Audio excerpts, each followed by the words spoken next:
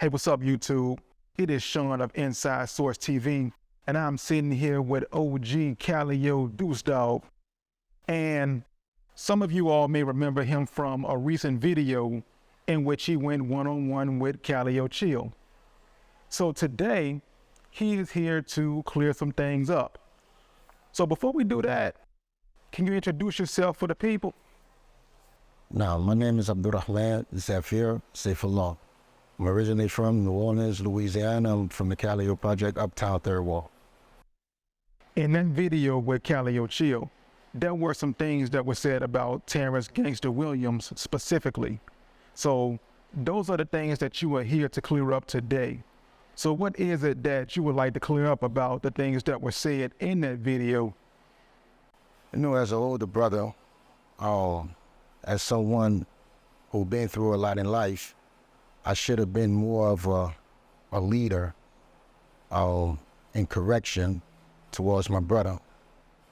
In that particular video, I feel as though I failed him. I failed myself and I failed him, because we both acted out of haste and ignorance at the same time. It wasn't from wisdom, it wasn't from hikmah for us both to go towards social media and vent out like that. It's not correct, first and foremost. One thing that I learned is that one of the great scholars of Islam that mentioned that bring yourself to account before you be brought to account. So I came on to try to establish something and rectify some matters about that particular video that I had no business doing that. Like I said, it wasn't for wisdom, it was not from hikmah. It could have been dealt with in a different format other than bringing that on social media. Now, for the listeners who don't know, could you provide some background information about yourself so that the listeners can understand the significance of what's about to go down? Well, here's the situation, right? I'm once again, my name, I changed it to Abdul-Rahman Saifollah. I converted to Al-Islam. Before my conversion to Islam, I had many different names that one used to call me by. From my grandmother, first and foremost, she used to call me Skullface. My neighborhood name within my project, they used to call me Al. Then later on, I was given a name, Deuce Dog. Coming up in the BW Coopin housing projects, it was my grandmother and her two sisters. And from them, they had children. And from them children, I became part of the family tree. So coming up in the Calio, it was rough. It was a hard situation. There was struggle, poverty, violence, and everything that comes with that when you're caught up in them kind of environments, you know. It was pretty cool coming up. We had sports. I was into football, basketball, but predominantly I was on football, into music, and I was doing rap music and things like that. And later on in life, I started back rapping and started getting into the music thing again. Wasn't successful in it. Not that I gave up, just that I was caught up in other things that didn't allow me to pursue my career. Started going in and out of jail at a young age, I must say, maybe the age of 10. Just getting caught up in the violent things, bad things, and running with wrong for people. You know, that happens in life. You know, finding your way as a youth and not knowing where to go in life and just confused in the matter and not having a proper belief to stand on as well. So that led to other things in life. Getting incarcerated multiple times as a youth, doing years in prison in my adulthood, and on and on. And then coming up in New Orleans, a lot of people come up within our upbringing, been affected by what the average black male go through, you know. And like I say, with violence and robberies and other things that come along with that. Sad to say. Alhamdulillah. In the video with Chill, I mean, let's be honest, there was a whole lot that was said about Terrance Gangsta Williams. So to add some context to what we are here discussing right now, could you provide a little bit of a background story into your history with Terrance Gangsta Williams, and also your involvement on the Calliopes side? So you, first and foremost, with the video with me in jail, once again, it was absolute hastiness. I received calls from my loved ones, family, and friends, giving me a good admonishment, even with me admonishing myself first and foremost. And the calls was about, you know better. We don't do that. Come up and dig up things from this way and that way, and talking about things, let bygone be bygone, basically, right? So the last call I got was from Umi. My mom, she called me, and she admonished me with a severe admonishment, out of love and concern. As a mother, she's supposed to be. And I reflected on this matter, that I went into it indulging in things saying about subhanallah, Allah musta'an, that I wanted to kill Abdul Kobe, who's the Muslim brother, whom they call Gangster. So giving Abdul Kobe a weapon of choice to protect himself, I think that is from an act of bravery, so that he could be comfortable in that affair. I think that was a good thing to do at that time. So here's the deal. One trying to know the people who want to understand what's going on between the Calliope project and the Magnolia for the 100th time. It's nothing really going on. That which was going on then, before, is not going on now. The history come from, it was one community, we all come up together, everybody knew each other, and a lot of us became close. And CYC, the Youth Study Center, these juvenile facilities in Scotland, LTI, a lot of people became close amongst each other, became brothers. We came home and we became the best of friends on the street. And things took place that savage, that got in between that friendship or that building brotherhood. And allegedly things happened that was said about one side had participated in some wrong for doing activities, FYI, excuse me. And these wrong for doing activities lead another particular side to think otherwise. So the feud came about with that. And these things has been spoken about on numerous occasions, but to highlight just a little bit, once a particular individual got killed from the Calliope project, and then that's when everything went haywire. That's when it went bad. Now that person from the Calliope who took a fall, which is said to have started the beef, according to the official story, and the person on the Magnolia side who was said to have taken their fall. Now, Gangster has already said that the official story that people have been saying for a very long time, that story isn't true. Now, you being from the Calliope side, would it be safe to say that you agree that the official story isn't true? Yes, I can officially say that on both ends, there was a misinterpretation going on. Rumors is bad rumors is going on about what happened between someone on our side who did it, and what happened from their side that came in our project who did it. And no one knows what happened. Me, myself, personally, I don't know. I wasn't there. People hear things. Stories go out the way they go out, and they come in the way they come in. But me, myself, personally, I can't allege and say and point the finger at this one, these ones or those ones, and say they did this. And nor should it be pointed on our side and say this one and these ones and those ones did that, because we have no proof. And I'm not searching for the who did this and who did that. Only thing I know, it happened. But to say that this particular individual or these particular individuals did that, I have no proof. I never seen that with my eyes to say that. Now, I got to be honest with you about something. Now, a lot of people are going to say that these matters that we're talking about right here and right now, they're going to say, man, this stuff is like 30-something years old, man, and y'all still talking about it. So what would you say is the significance or the relevance of the situation that we're discussing here today?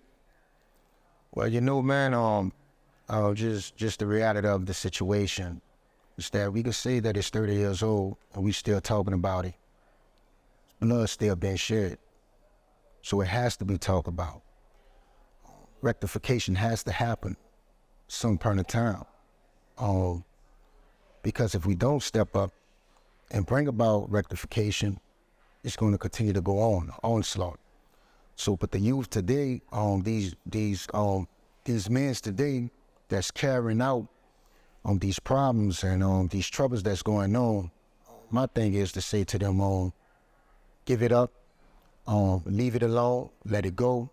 Let's be men, raise our families, return to that which going to aid you in life, and not that which going to destroy you and your families, you know, because it's a bad situation going on. But yeah, it has to be talked about. It has to be touched upon, because it's an onslaught going on, you know. So I believe in my heart, in time, you know, if the men's come together and sit down and try to bring about clarity to the situation and what we need to do to aid and to make it better, then we need to do that.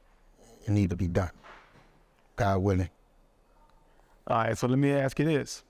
Now, with this new generation, with them still pretty much beefing, I think it's safe to say that at this point, they probably don't know about the origin story, like what even started this whole thing to begin with. And I'm pretty sure, as you know, that when it comes to a beef, it don't really matter like what started it if we're talking about it being so long ago or whatever. The thing is like pretty much like this side may feel like my partner, he lost his life last week and we sliding for him. So at this point, that's kind of what it's about, I would think. And as you know that when it comes to a beef, it's kind of hard to tell somebody like to just drop the matter once somebody loses their life in that beef. So what would you say to those who are thinking like that?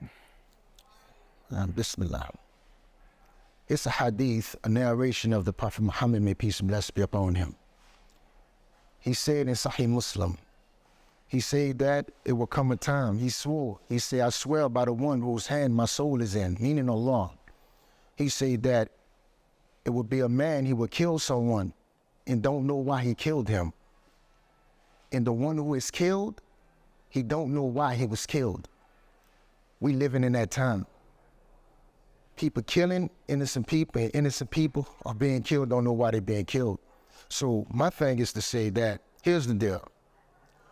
Without understanding your purpose on this earth, without understanding who is your creator, because the Prophet Muhammad, he mentioned as well, he said that killing an individual is like killing the whole of mankind.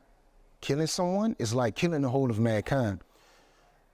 My advice to the youth is that you don't want to put yourself in a situation where you have to be in a penitentiary for the rest of your life. You see what's going on now?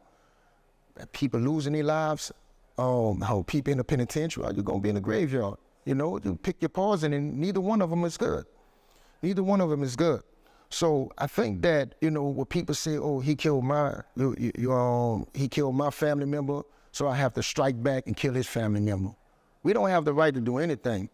We don't have no right to strike back and kill no innocent or harmless person who has not done anything to you, respectfully. You know, so we need to just wake up, man, and understand that we can't take it in our own hands and go about solving these situations, man. You know, my suggestion, man, the only thing going to change this situation and people realize the purpose of their creation, that's worshiping Allah subhanahu wa ta'ala. Now, with all the major players who were involved from that era, we're talking like what, like the early 90s to mid to late 90s and so forth. Would I be correct to assume that you are speaking for your generation. Yes, I'm speaking for my generation. Okay, cool.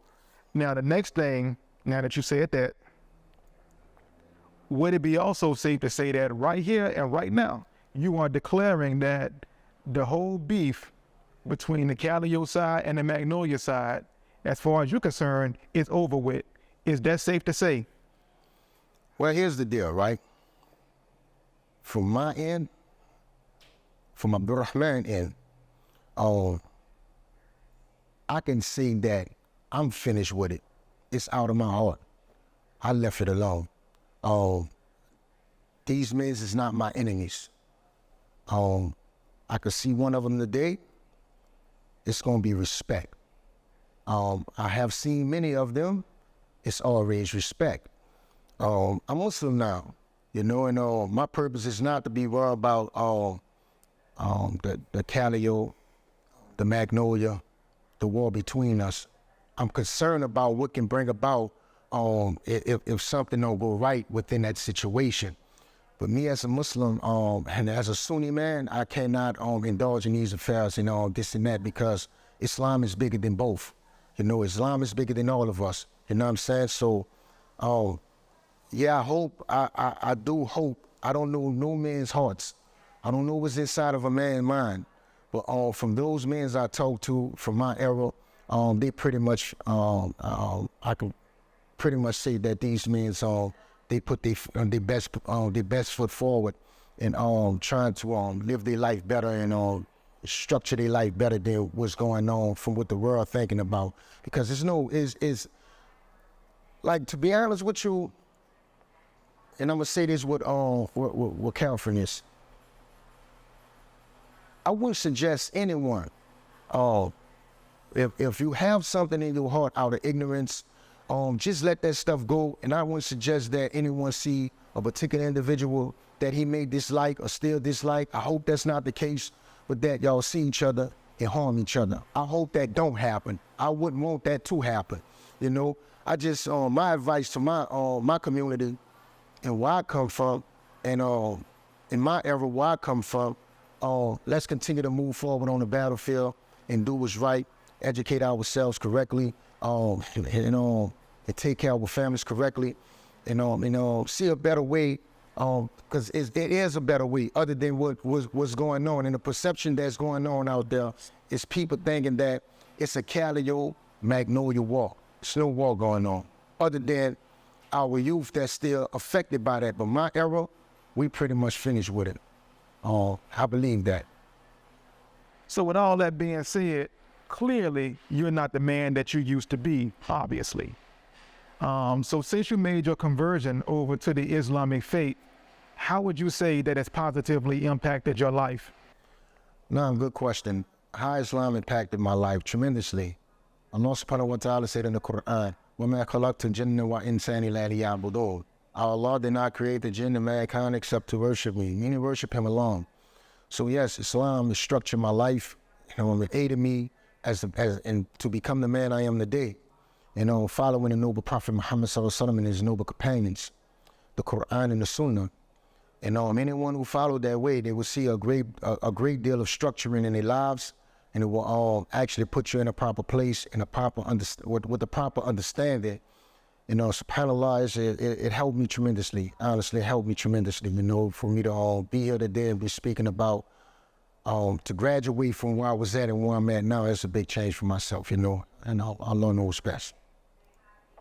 And not only did you just embrace the Islamic faith, you have actually lived in the Middle East before. No, yes, I did. When I accepted Islam in 2001, on May 27, 2001, that following year, that next year, in November, around November the 6th, I went to Egypt. With advice from one of the students of knowledge, was a lot of the brothers from the Dawah Salafiyya. They was going to Egypt and Yemen and Saudi, and going to learn from the learned men. So I was told and advised to go to Egypt. I went there 7 months, started to learn Arabic a little bit at the time, and and sitting with some of the students there, just learning the behaviors of the Muslim and different things like that. I came back after the 7 months, and I went back again in 2010 to Egypt. And I stayed there a couple of months then. I enrolled in school. Things got difficult for me. I had to come back. I went back again in 2018. I went to go study for one of our great scholars, some of our scholars in Islam in Egypt. I went to go learn from them, went to the Markaz, went to Arabic school, different Arabic schools I went to. And went sat in some classes with some of our scholars, Sheikh Raslan, one of the noble scholars, Sheikh Khalid ibn Rahman, Sheikh Adil Sayyid, and I visited up on Sheikh Khalid ibn Abdul-Rahman Hafidhullah Ta'ala. So these men have schools, they have nurturement programs up there helping the Muslims who are fighting for their religion, fighting to learn Islam the correct way. So that's what I did. I went to go get what I can when I went there to learn a little bit. Alhamdulillah, I'm back now, and I'm planning on leaving out again to go finish up my studies, inshallah, Allah wills. With everything that we just talked about, the whole situation that brought us here today, how has your Islamic faith impacted your thinking about that situation? It helped tremendously, to brought deep reflection and contemplation upon that. Like I say, family and friends, once my mother called me, man, that sealed the deal on the situation. I had no business getting on camera talking about, like I say, I should have been a better role model for my brother Chill. You know what I'm saying? I failed him. I should have been a better leader in that affair, and took a different route and a different approach other than that way. Getting on camera talking about what I had in my heart, even I wanted to kill a brother, Abdul Kowi and things like that. That was nonsense. This wasn't from wisdom. It wasn't wise. And that was the situation, man. I just wanted to clarify that affair and I just want to make this statement before closing that the Prophet Muhammad, may peace and blessings be upon him, he mentioned that what I don't fear for my ummah, that they will make a mistake. He said, but what I do fear for my ummah, my nation, is that they will make a mistake and they don't own up to it. So I want to be from those men who own up to my mistakes. Subhanallah wa bihamdik, ashhadu an la ilaha illa anta, astaghfiruka wa atubu ilayk. All right, so in closing, now we've talked extensively just now about your Islamic faith, and you've gone into some great detail about how it's impacted your life and how it's impacted your thinking, also about past situations. So we got Ramadan coming up. No. So what would you like people to know about that? Ramadan. Ramadan is from the 5 pillars of Al-Islam. The Prophet Muhammad he mentioned about Islam is built upon khamsa, all 5. He said to testify that there's none worthy of being worshipped in truth except Allah, and that Prophet Muhammad, that he is the last and final prophet of Allah, and to offer the 5 daily prayers, and to give the zakat, and to fast during the month of Ramadan is the 4th, and the 5th is to make the Hajj, the pilgrimage to Mecca, once in your lifetime, if you have the wealth and the means to do so. So Ramadan is one of the pillars of Islam. So Ramadan is it's the month that the Quran was revealed to our beloved Prophet, Nabi Muhammad ibn Abdullah sallallahu alaihi wasallam, the Prophet of Allah, may peace and blessings be upon him. It's a month of worship. It's a month of purification, to get closer to Allah, to beg Allah for forgiveness, and to beg Him for His mercy, to beg Him for aid and assistance. Anything that you need and what you want, you beg Allah during this month. It's standing up at night time praying and worshiping Allah. So yes, Ramadan is a tremendous month that the Muslims, we yearn for. Alhamdulillah. All right, Brother Abdul, I want to thank you for coming through and doing this interview, because in doing so, you were able to basically clear some things up on your end, but it was actually more than that, in my opinion, because there's been a lot of things said, over quite some time now. And you being a participant, you being somebody who was physically there during these events, and for you to come out and say the things that you said, it helped not only to clear up a lot of things, it helped also to provide some closure as well. So I want to thank you again for coming out and doing this interview. And I also want to thank the listeners for tuning in if you've watched it up until this point. So do you have any closing remarks for the listeners? Thank you. Thanks for having me, man. My closing statement is that I must say, man, you know, this internet thing that's going on, people just going crazy and talking about murders and people names being called. Innocent people gonna be harmed in the process. You know, people got situations going on in the courts. They already been innocently, they already innocent and then been told that they're guilty for crimes that they didn't commit. And by we ignorantly getting on the camera and mentioning different things, it's going to harm innocent people. You know, that's just real talk. That's the reality of the situation. So we got to refrain from these situations, man, because that's believing for sure, man. They got a boat on docks waiting to go in the darkest seas of Alcatraz. You know what I'm saying? And no one want to go in no penitentiary, but you know, playing around on that internet and just running your mouth and just saying anything out the way. You know, you got to be careful and choose your subjects correctly. And don't get thrown out there, man, and just be saying anything out your mouth, man, because you're going to harm innocent people in the process what you're doing. So, like I say, stop the violence and put your guns down, you know, and just take care of yourselves and your families correctly. Oh, yeah, before we go. Now, in the beginning of the video, I referred to you as OG Calliope Deuce Dog. Now, to some, that might sound a certain way, you know, but I didn't mean it like that. But me calling you that, what would you say it means to you? It's a name that I don't approve of. I'm no one OG. I don't consider myself an OG. And Deuce Dog dead. You know, that individual, that character, he's finished. There's no more of him. He's not in existence. So, yes, when you look at the geographical location where I'm from, you will see the Calliope Project. And that's where I'm from. That's my background. That's where I was raised at. But I mean, I'm just bringing a correction with that I would not like to be called OG, and I don't like to be called by the name Deuce Dogs. And those who know me, they know this.